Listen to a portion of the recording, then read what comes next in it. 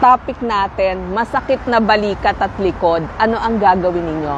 Kapag tumungtong na tayo sa edad 50 pataas, syempre bumababa na yung estrogen hormones at testosterone hormones, nagkakaroon na tayo ng osteoarthritis. Ito yung dahil sa paulit-ulit na trabaho natin.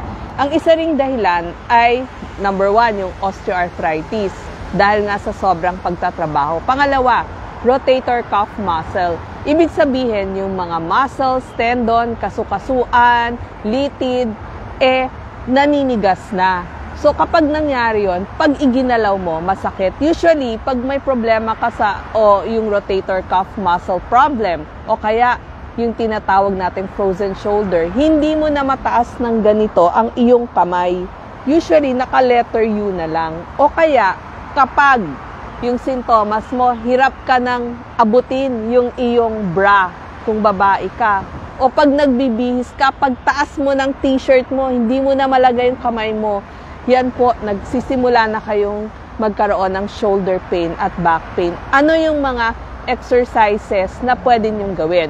Gaya nito, ito po yung tinatawag na pull-down machine. So kung merong ganito, pilitin nyo pong itaas yung inyong kamay. So yung kanang kamay ko, siya po ang maghihila sa kaliwang kamay. Kasi masakit po meron po akong frozen shoulder sa kaliwa or yung rotator cuff muscle pain dito sa aking kaliwa. So pipilitin ko siyang hilahin.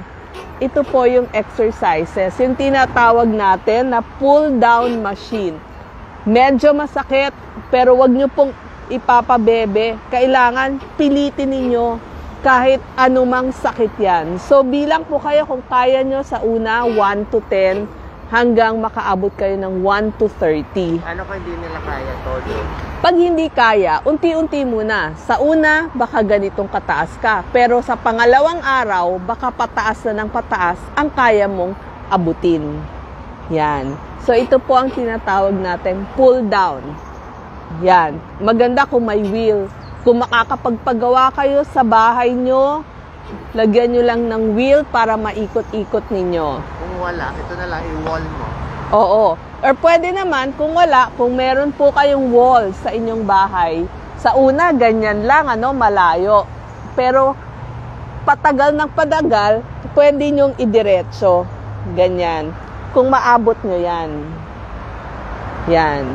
At dumako naman tayo dun sa isa pa nating exercise. Kung meron tayong wheel. Itong wheel exercise, maganda din to for your shoulder stretch.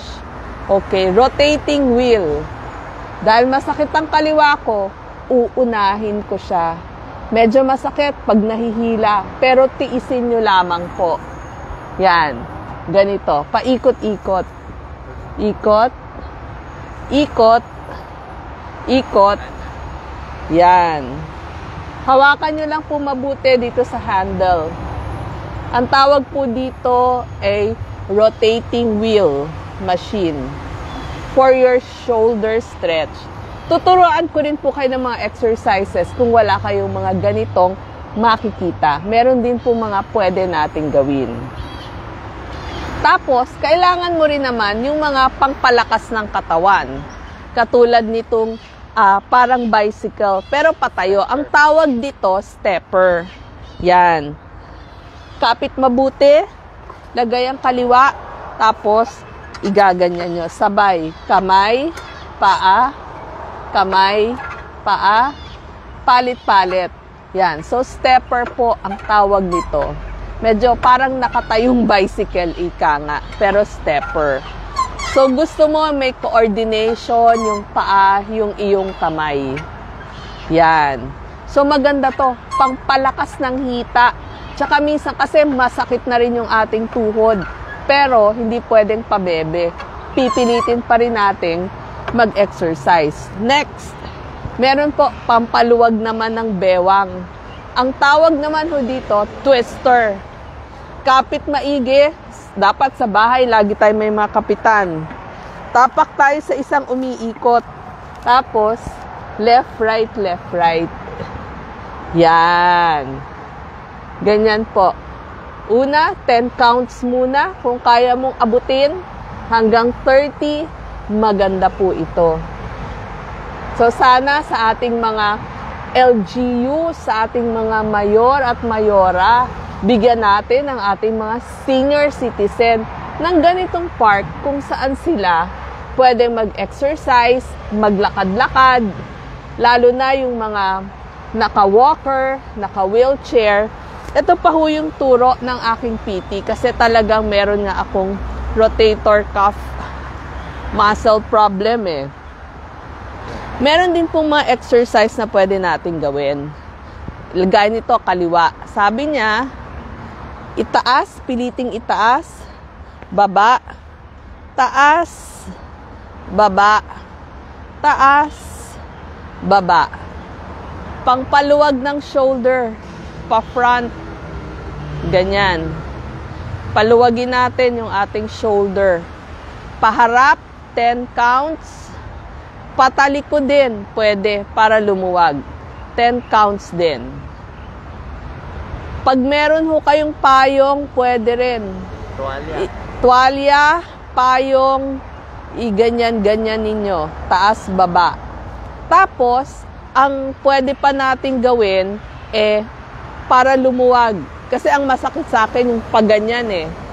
So, pwede nyong tulungan ng inyong kanang kamay ang inyong kaliwang kamay. Medyo igaganyan nyo. Yan. Yung mga ganitong stretches, pwede din. Yan. Pero pag 45 degrees, pwede din. Medyo masakit na yan. Pero ito talaga, favorite ko, itong ating pull-down machine. Kasi, balik-balik. Feet apart, tapos, maghihilahan ang kanan at kaliwang kamay nyo. Kasi medyo maganda to, talagang mafe-feel nyo yung stretch at saka yung pull dun sa inyong shoulder. So yun po.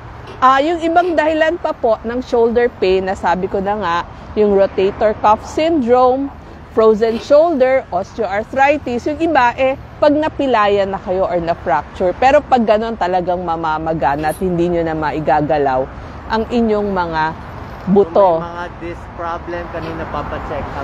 Yes, ang mga doktor po nating pupuntahan, orthopedic surgeon, rehab medicine doctor. Siya po yung magsasabi sa inyong physical therapist, ano po ang gagawin ninyong mga exercises. Kung talagang masakit ang katawan, nakakatulong din po yung mga massage, myotherapy, pangpatanggal din po ng mga kirot at pangpaluwag. Pero very important, stretching tuwing umaga, pagkagising, unti-unti, wag agad magtatrabaho, mag-stretch muna kasi yan ang cause ng mga body pain sa atin. Hindi ba paggising ninyo, ang sakit ng katawan nyo? So, i-stretch nyo muna bago kayo gumalaw-galaw. Okay, maraming salamat po sa mga katulad ko na may shoulder pains.